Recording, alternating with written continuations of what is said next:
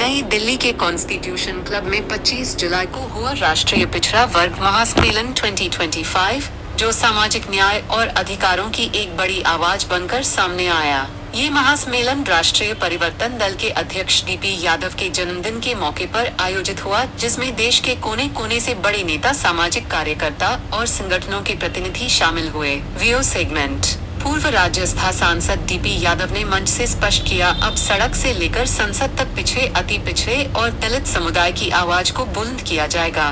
उन्होंने युवाओं को रोजगार, शिक्षा और अधिकार दिलाने के लिए नई रणनीति का ऐलान किया। महासम्मेलन में पूर्व विधायक शीशपाल यादव, शिव प्रसाद यादव, विजय यादव, पूर्व कैबिनेट मंत्री चौधरी अवधपाल यादव, कांग्रेस विधायक सिद्धार्थ कुशवाहा सहित अनेक गणमान्य लोग उपस्थित थे। अन्य राज्यों से आए प्रतिनिधियों में श्री हेमंत राव केरल, जगन्नाथ राव आंध्र प्रदेश, पूर्व सांसद बुद्ध सेन पटेल रीवा, श्री हरपाल सिंह उत्तराखंड और सामाजिक संगठनों जैसे बहुजन सेना, मौर्य महासभा, राजबार पंचायत, किसान यूनियन रोड के नेता भी शामिल थे। इस महासम्मेलन ने स्पष्ट संकेत दिया कि अब पिछड़े वर्गों की आवाज को दबाया नहीं जा सकता। डीपी यादव के नेतृत्व में ये संघर्ष एक मजबूत सामाजिक आंदोलन बनता जा रहा है। उपस्थित सज्जनों और देवी,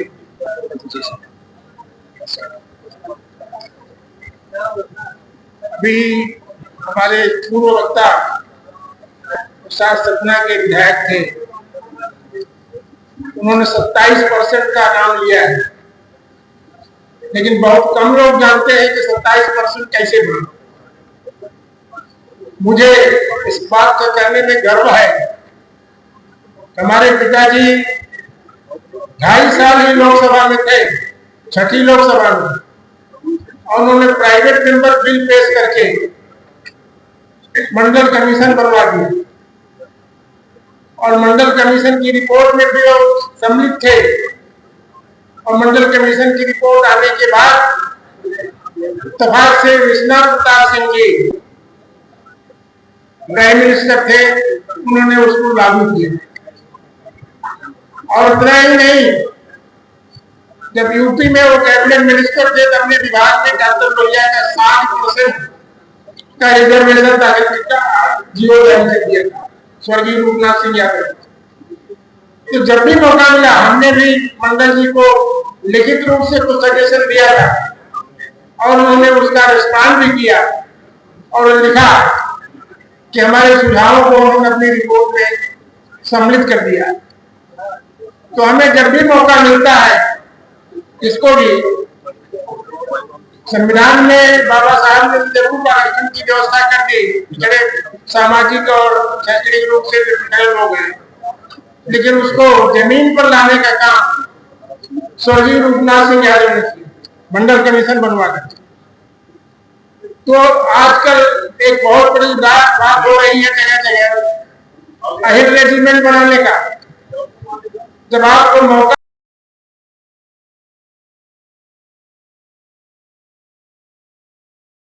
कुर्सियों पर बैठे हुए हैं, तो कोई बात नहीं, आप लोग बगैर से महसूस के हम जिस मकसद के लिए यहाँ हैं, जिस मकसद को बोलने, कहने, आपके विचारों को सुनने के लिए हम आए। हालांकि मैं जानता हूँ उसमें भी बहुत कम वक्त लोगों को मिल पाएगा, तो समय की बंदिश है और हमको एक टाइम में ही ये हॉल खाली करना पड़ेगा, क्योंकि पूरी दिल्ली में आज बहुत सारी जगह खाली नहीं थी। हमने ताजकटोरा गार्डन में भी चाहा, लेकिन वहाँ भी कांग्रेस का अधिवेशन है, इसमें भी विठल भाई भवन में भी बहुत सारे और सारे भरे हुए हैं।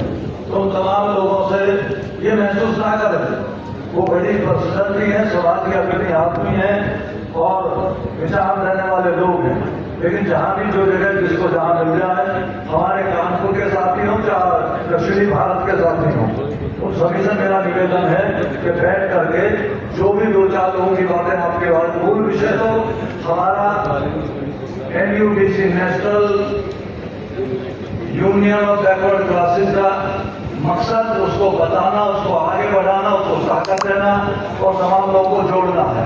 इस मकसद के लिए, इस विचारधारा की बात करने के लिए हमने अपने तमाम साथियों से प्रार्थना की थी कि ज्यादा से ज्यादा जो भी लोग आ सकते हैं आ जाएं। जल्दी का कार्यक्रम है। मुझसे कई पत्रकार भाई पूछ रहे थे कि आज तो आपका जन्मदिन भी है। जन्मदिन मेरा है, वो कोई बड़ी बात नहीं है, जन्मदिन आते हैं, चले जाते हैं। आप लोगों की शुभकामनाएं मैं वैसे ही स्वीकार कर लेता हूँ और पत्रकार भाइयों को कहना चाहता हूँ, अपने बारे में कोई मनमाई पर खड़ा हो गया तो पत्रकार भाइयों आपको ये कहना चाहूंगा कि आंधियों के बीच जो जलता हुआ मिल जाएगा उस दिए से पूछना, मेरा पता मिल जाएगा।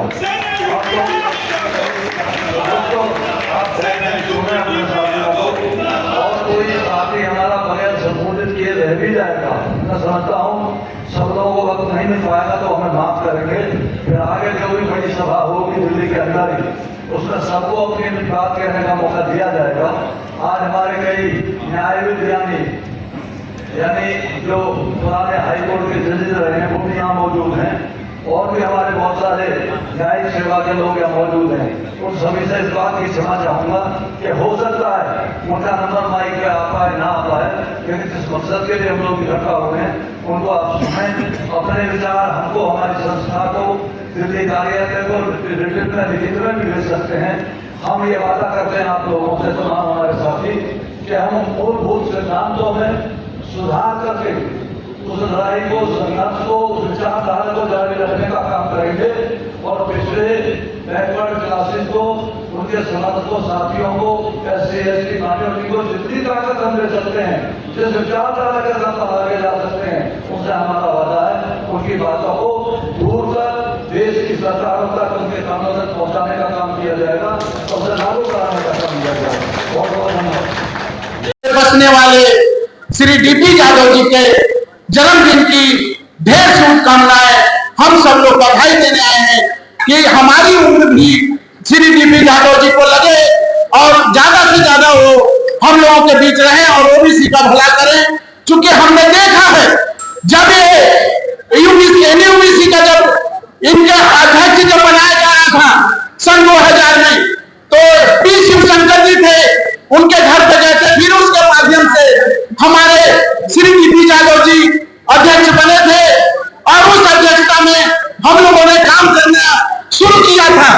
और ऐसा नेता आपको इस भारत में नहीं मिलेगा जो मर्द है, हर तरह से मर्द है, किसी भी तरह से आपको कहीं भी चले जाए, अगर इनका नाम ले तो नाम लेते ही एक बार जरूर सोचेगा कि भाई किसके आप आदमी हो, तो DP यादव के। राजकुमार कुशवाहा किसके आदमी हो, तो DP यादव के। तो एक बार जरूर सोचेगा कि भाई इतने बड़े नेता है जो गरीबों के, मजलूमों के, जो हर तबके के लोगों को मदद करने वाला, किसी भी तरह से शाम दोपहर रात कभी नहीं देखने वाला, किसी भी समय आप इनसे मदद लेने के लिए तत्पर रहें और ये मदद करते हैं। हमने देखा है हर तरह से। दिल्ली में 2001 में जब हमारा कहीं पड़ा था, सब समाज का जिक्र पड़ा था नजरगढ़ में, तो मैंने DP यादव जी को फोन किया। मैंने कहा सर यहाँ OBC लोगों को दबाया और कुचला जा रहा है। इन्होंने फोन किया DCP को और कहा कि अब DCP साहब हमारे OBC लोगों को तंग मत करो, OBC लोगों को तंग करोगे तो छेड़ो मत, अगर छेड़ोगे तो छोड़ेंगे नहीं, ये ध्यान रखना। उसी समय 1 मिनट में फैसला हो गया। हमारा DCP साहब बोले, अब बोले कि राजकुमार कुशवाहा कौन है? मैंने कहा मैं हूं सर। तो फोन आया है, कहां कहां चले जाते हम? कि मैं अपने नेता के पास गया था, तो वहां से पैरवी आया है, जाओ तुम्हारा फैसला हो गया, सबको लेकर जाओ। किसी को बंद नहीं किया, नहीं तो OBC के लोगों को वहां बंद कर रहा था बिना मतलब का। तो इसलिए मैं कहता हूं कि आप लोग हमेशा जुड़ के रहें और जहां भी रहें सेवा के भाव से रहें और जहां भी रहें अपने लोगों को जोड़ने का प्रयास करें कि भारत में पूरा बड़ा संगठन बनना चाहिए, तभी हमारे DP यादव जी का सर ऊंचा होगा और ये जन्मदिन मनाने का ये संकल्प भी पूरा होगा कि हम पदाधिकारीगण, सम्मानित बुद्धिजीवी, समाज के चिंतक, आप सबका मैं अपनी तरफ से इस गरिमामय कार्यक्रम में अभिनंदन करता हूँ, स्वागत करता हूँ। आज जिस तरीके से पूरे प्रदेश में, पूरे देश में पिछड़े वर्ग के लोगों के साथ अन्याय हो रहा है, वो बात मैं आपके सामने रखना चाहता हूँ। क्योंकि मैं मध्य प्रदेश से हूँ और मध्य प्रदेश में भाजपा सरकार के द्वारा, RSS के द्वारा जिस तरीके से भेदभाव हो रहा है, वो मैं आपके संज्ञान में लाना चाहता हूँ। एक तरफ OBC के नाम पर मुख्यमंत्री तो बना दिए कई, लेकिन मध्य प्रदेश में ओबीसी का आरक्षण आज तक लागू नहीं किया। जो सरकार प्रदेश देश में तो 27% आरक्षण लागू कर रही है, दे रही है, लेकिन जब बात मध्य प्रदेश की आती है वहां आज भी 13% आरक्षण होल्ड में पड़ा हुआ है और ओबीसी के हजारों हजार विद्यार्थी आज रेटिंग क्लियर होने का इंतजार कर रहे हैं। और कई सालों से पिछले 18-19 में कमलनाथ सरकार ने जब 27% आरक्षण लागू किया तो जिस व्यक्ति ने जाके उस कानून पे जाके स्टे लिया, आज उसको भारतीय जनता पार्टी की सरकार ने एडवोकेट जनरल बना के मध्य प्रदेश सरकार की पैरवी करने के लिए हाई कोर्ट में नियुक्त किया हुआ। तो ये बात मैं इसलिए आपसे कहना चाहता हूं ताकि आप तमाम शुभचिंतक लोग हैं, बुद्धिजीवी लोग हैं, इसको भी आपको गंभीरता दें। और ओबीसी के मुद्दों पर पूरे देश में जिस तरीके से जातिगत जनगणना को लेके एक भाईचारा, एक रास्ता तय किया है, एक व्यवस्था बनाने की कोशिश की है, उस पर मैं आप सबसे प्रार्थना करता हूं कि आप सब लोग भी जातिगत जनगणना का समर्थन करें। इन्हीं बातों के साथ एक बार फिर से ताऊ आदरणीय डीपी यादव जी को जन्मदिन की शुभकामनाओं के साथ स्वागत प्रणाम, जय हिंद। आज के एनयूबीसी के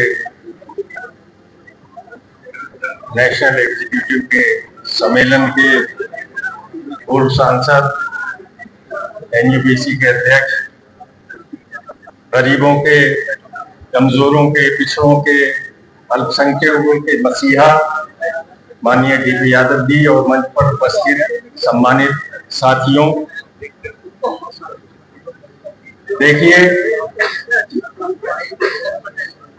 एनयूबीसी की स्थापना चौधरी ब्रह्म शेर दिल्ली ने की। जब कोई समाज में कोई क्रांति या इनकलाब आता है तो उस इनकलाब का जो सेंटर होता है, जो उसके पीछे एक बड़ी ताकत होती है, बड़ी आवाज होती है, उसी शख्सियत का नाम चौधरी ब्रह्म प्रकाश था। और वो इनकलाब और क्रांति और ये OBC, backward class, SC, ST, minorities को एक प्लेटफॉर्म पर लाने का जो पैगाम था, जो मकसद था, वो अपने लिए नहीं किया था, वो हमारे लिए, हमारे आने वाली नस्लों के लिए, जनरेशन के लिए किया था। आज के इस दौर में जैसे अभी मध्य प्रदेश की सुनिए, हर स्टेट में अधिकारों का उल्लंघन है, अधिकारों का हनन है। आज जो पिछड़ा था, कमजोर है समाज में, जो जिंदगी की दौड़ में पीछे रह गया, जो एससी, एसटी, माइनॉरिटीज हैं, उनकी समस्याएं, वो किसी स्टेट में रहते हो, समस्याएं उनकी एक जैसी हैं। जब एक जैसी समस्याएं हैं तो हमको मिलकर हाथ में हाथ डालकर इन समस्याओं के समाधान के लिए उन ताकतों से टकराना पड़ेगा कि जो हमारे रास्ते में बाधा बनकर खड़ी हो जाती है। चाहे वो सरकार हो या सरकार से बाहर रहने वाला कोई व्यक्ति या पार्टी हो।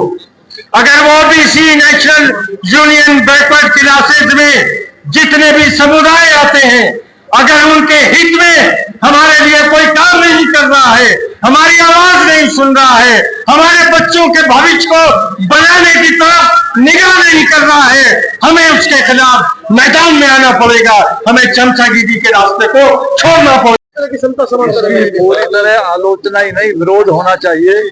अगर किसी के साथ इस तरह का भेदभाव और प्रताड़ित करने का काम कोई भी करता हो, तो चाहे व्यक्ति कितना ही बड़ा हो, चाहे सरकार कितनी मौजूद हो, उसका विरोध होना चाहिए। और राष्ट्रीय पिछड़ा वर्ग महासंघ उसका विरोध करता है, उसकी आलोचना करता है। सर, क्या ये मुहिम लगातार इसी तरह जारी रहेगी?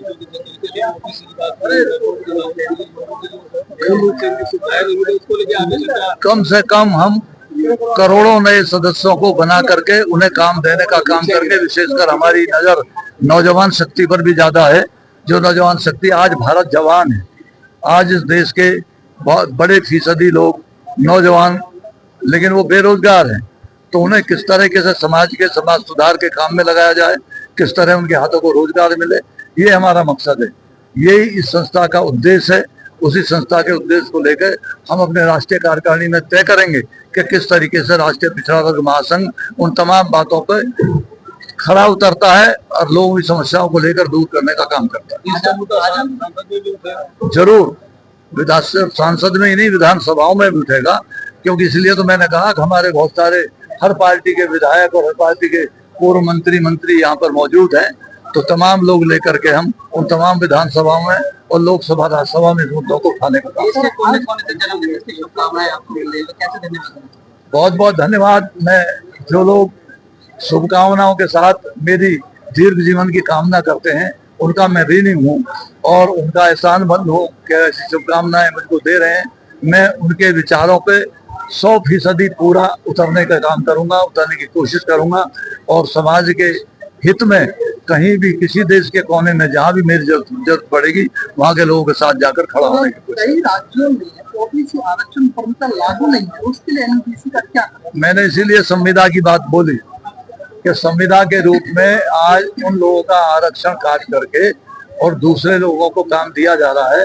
ये सरकार का भेदभावपूर्ण रवैया है।